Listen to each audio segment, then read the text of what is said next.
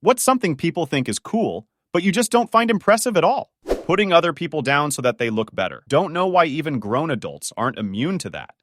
Yup, and when you stand up to them, they cry the victim. Now, no need to get upset. I've noticed people who bully in this fashion usually have it stem from their own perceived flaws or personal struggles. It's a way to unload all those negative self-feelings, reaffirm their mentality on it, and also try to project that hurt onto you while possibly asserting a dominance or control. I realize I might be getting too analytical on this, but I've seen this trend before within my own family, friends, and coworkers in the past, and it bothers me how normalized this teasing has been made, especially when it comes from issues like you described. Oh, and the backpedaling they all do when called out. Almost as sad as their behavior. It's weird to me when it happens and it's just us two. I often am genuinely confused, like, who are you performing for? It's like they aim to get a new high score every day by the number of slights. They are performing for themselves. They are guarding their ego.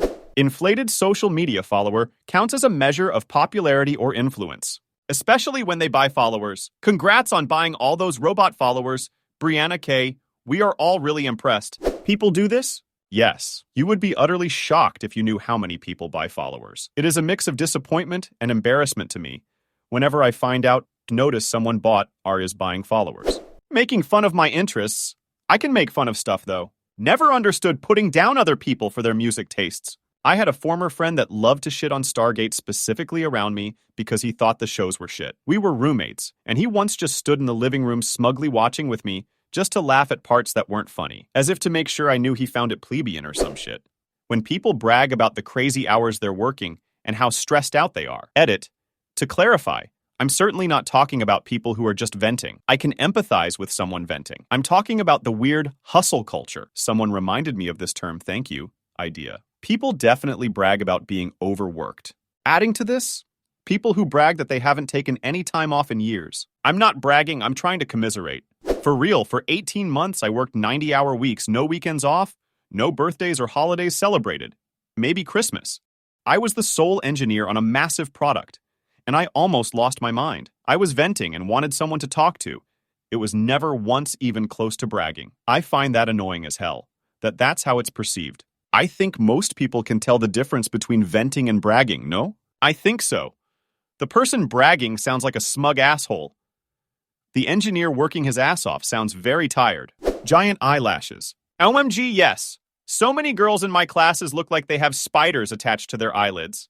And they fuss with them all day. One girl straight up failed a test because she spent so much time trying to re-glue an eyelash that she ran out of time. I hope this trend dies a quiet death soon.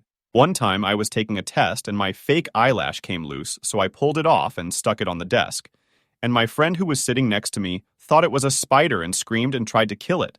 And I had to explain to the whole class that it was just my fake eyelash. So we pick our poison, I guess. Telling people how much your possessions cost. But I got it on sale for less than $5? Any other Midwesterners here? Raise his hand. I used my Kohl's cash. Yes, Midwesterner here. And saying I got it from Goodwill. I've literally only been to the Midwest once. Friend's wedding in Columbus, OH. Lifelong New Englander. And I got that shit at Goodwill for $5. Hospital thrift shop for $3. Buffalo Exchange for $10. There is no greater simple joy than informing others of your insane in-your-favor sartorial deals sometimes. Truly. Same. I love going to the GW because I cannot comprehend paying $50, $100 on a pair of pants or $50 for a shirt. I've found brand new things there for a fraction of that price. My daughter likes it too, though some kid ragged her out at school because she told them where she got it. She wouldn't wear that shirt again until I had to sit her down and explain that it's no one's business where she gets any of her things and that kids are assholes. It's sad when 10-year-olds are already immersed in how much something costs instead of just being grateful for having what they have. I wish the human race could reverse that mindset. Overly flashy and expensive designer clothing. Yes, congratulations. You've proven you have neither good financial sense nor anything resembling taste.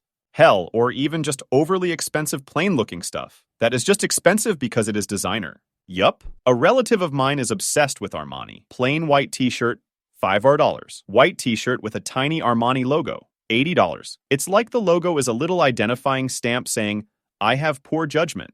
Smoking. Quitting was the best thing I ever did. Now I can smell what I was forcing upon others, and it sickens me. People still think smoking is cool? Pissing off your parents will always be cool, and parents are easily pissed off by smoking. I forgot about the angsty teen dynamic. Problem is, if you smoke during your teen years, your brain is kind of fucked for life. They trapped a whole new generation with vapes. Expensive cars. Or very loud cars. I just don't get it. Expensive cars I get, obnoxiously loud cars I don't get. I have an expensive German car. I drive it because I enjoy it. I love the interior, and I can afford it, not because it is cool.